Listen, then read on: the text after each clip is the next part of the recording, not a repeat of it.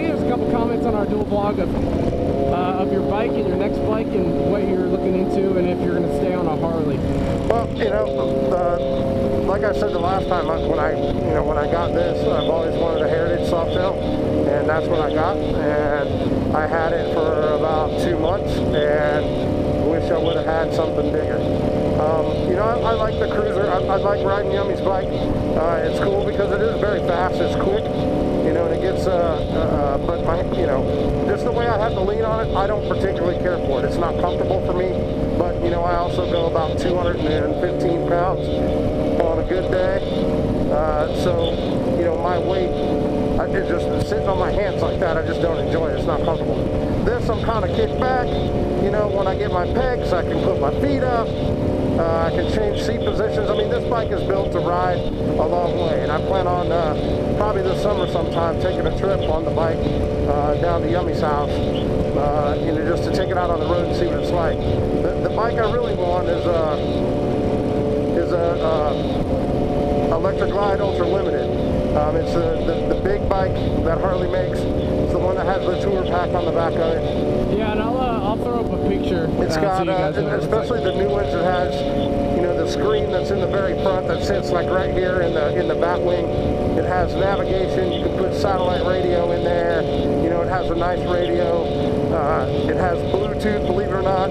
So you could, like, you know, if you have the headset kind of like what we have on right now, you can, you know, if your phone rings or whatever, you can talk on your phone. But to be perfectly honest with you, I would never ever use that function because as it is, it's weird talking to Yummy while we're riding. I mean, that takes some adjustment if you've never done it, because usually I ride to unplug. You know, it's two-wheel therapy for me. It's kind of like ice skating used to be when my boys played ice hockey when they were younger. But you know, I get on so that I don't have to listen to anything except the bike and the noise. So I want the Ultra Limited. It's a lot bigger.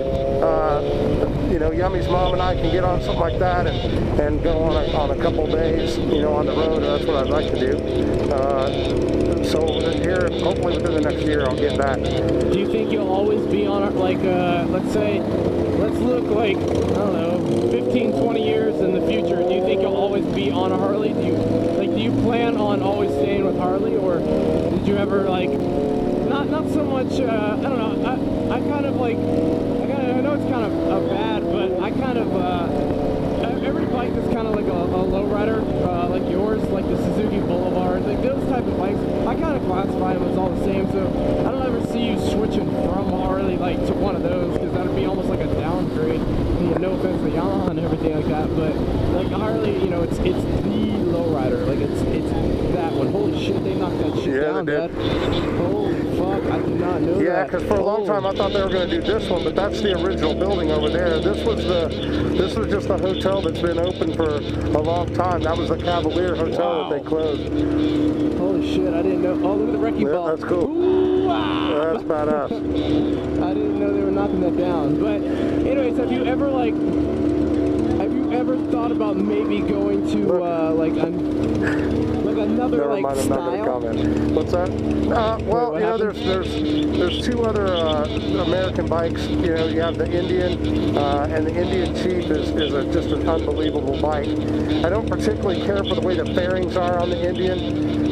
They're really nice though. And then you also have the Victories, and the Victories are super cool, but they're a little bit space age looking for me. I don't particularly care for I just don't like the style of the Indian. And believe it or not, there's some of the Harleys that I don't care for the style, you know, the style of them. But you know, I like the Cruiser, so you know, I probably, if I got anything smaller than this, I would get a Wide Glide, a Dyna Wide Glide, because those are really cool. And if you don't know what a Dyna Wide Glide is, if you ever watch Sons of Anarchy, that's what most of those guys rode, was the Dyna Wide Glides. So would you ever jump over to like an adventure like BMW bike or anything like that? I won't say never, but that's just not my style, man. I'm not. You know, BMW makes unbelievable motorcycles in all kinds of different categories, but you know, that's a little yuppie for me. You know, just having a BMW, I mean, they make great products, don't get me wrong. I mean, they make great cars, they make great bikes, but, you know, Harley-Davidson makes one thing, motorcycles, and they make them really, really well. So, you know, I would probably stick with a Harley because, you know, I'm originally from Colorado, but I grew up on the south side of Indianapolis, Indiana, and you know, it's just a Harley place. So I kind of grew up, you know, with buddies that rode Harleys and family that rode Harleys, and so I'll probably stick with the Harley. So if there was a subscriber that was looking into starting riding, like they're you know, they're doing their MSF and, you know, going through the whole 9 yards, they're getting into riding, they're looking into getting their I don't want to say necessarily first bike, but they're looking into getting a motorcycle, and they're stuck between, you know, because there is people that are like this. They're stuck between getting a sport bike and getting a Harley-styled bike, like a lowrider. So not necessarily Harley, but just a lowrider in general. They're stuck and they don't know which one they want to get. Why would you say they should get?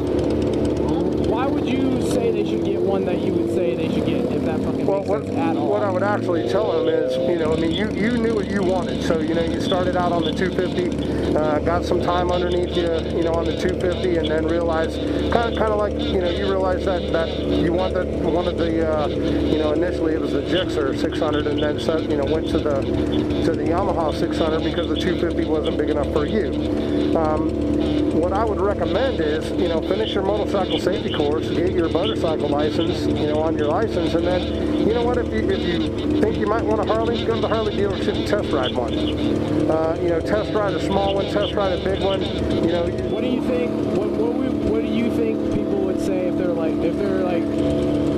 nervous because they just got their license and they're nervous to test ride one? What would you do? What would you tell them to do if they couldn't test ride one? Like, what would you be your secondary thing if they couldn't do that? I would say to do exactly like you did.